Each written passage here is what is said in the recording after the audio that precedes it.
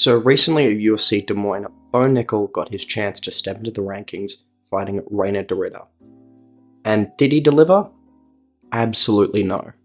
Bo Nickal got absolutely beaten up and fraud checked.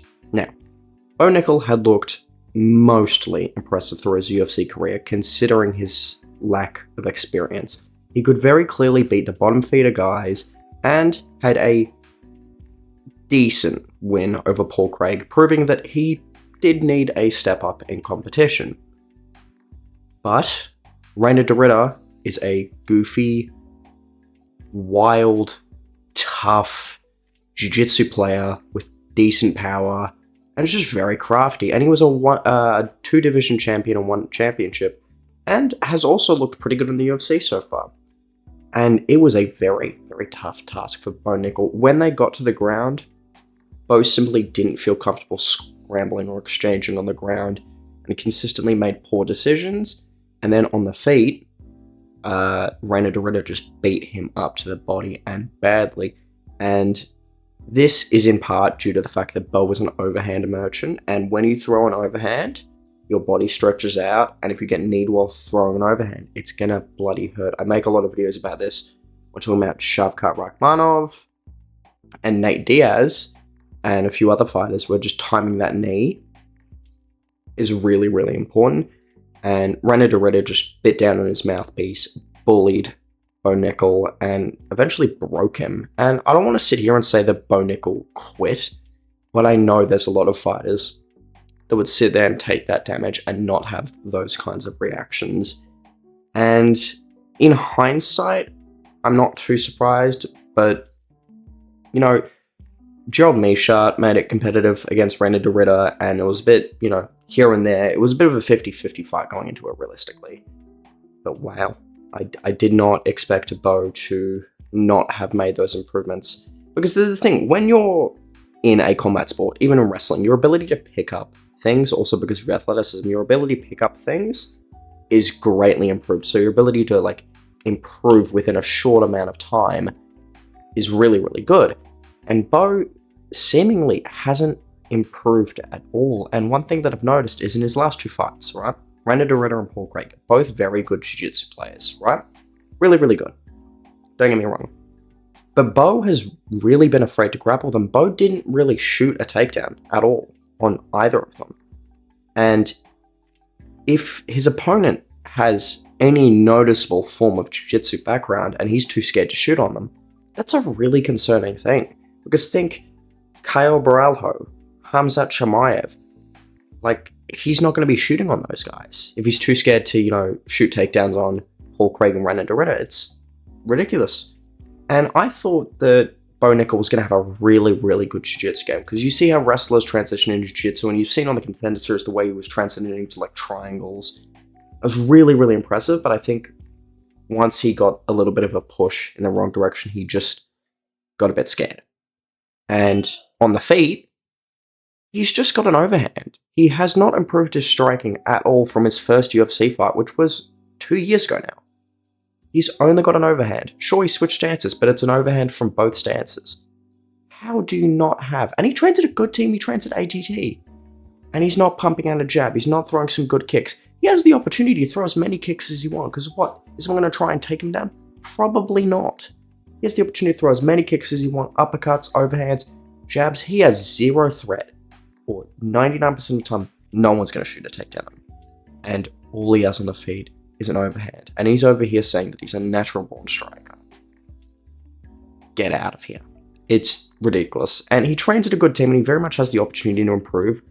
But I think inactivity in the ring, right? Bo is not a big middleweight.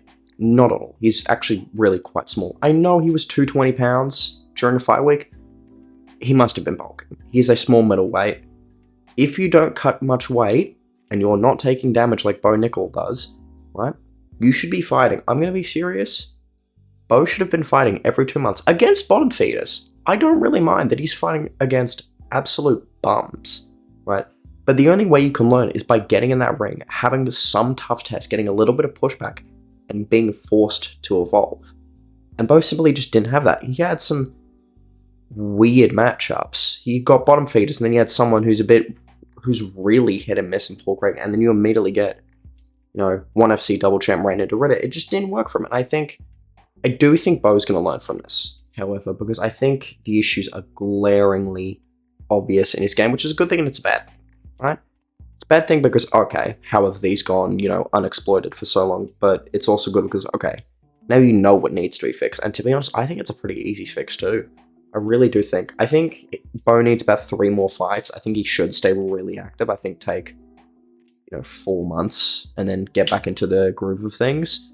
Again, go back bottom feed and middleweights. There's no issue with that. Just on fight night cards, you don't have to be on a pay-per-view. Just get that experience and get more comfortable striking. Get more comfortable, putting your hands together, putting some kicks behind it, knees, even elbows, just anything. And then obviously just keep working the jiu-jitsu, right? He needs to start implementing his wrestling into MMA quite a bit more. And he just needs to get more comfortable in that ring because Reiner De Ridder made him uncomfortable and forced him into a fight, and he hadn't been in that situation before. But now he knows what that's like, and he needs to be pushed like that in the gym, and even in the fights that he has with lower level middleweights. And I think he needs to be more comfortable, going to a space in the fight where he's not, in an ideal position. He can't just hide behind his overhand and the fact that people are scared to engage with him. He needs to go out and fight.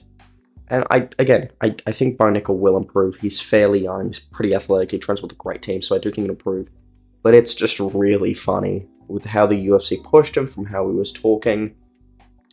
And it's just aged really, really poorly for Bo Nickal. And he did get forechecked, absolutely. He was saying that he'd smash Hamzat, he'd blow through the middleweight division. The UFC were hyping him up, putting on the main card of UFC 300 over Yuri Prohashka.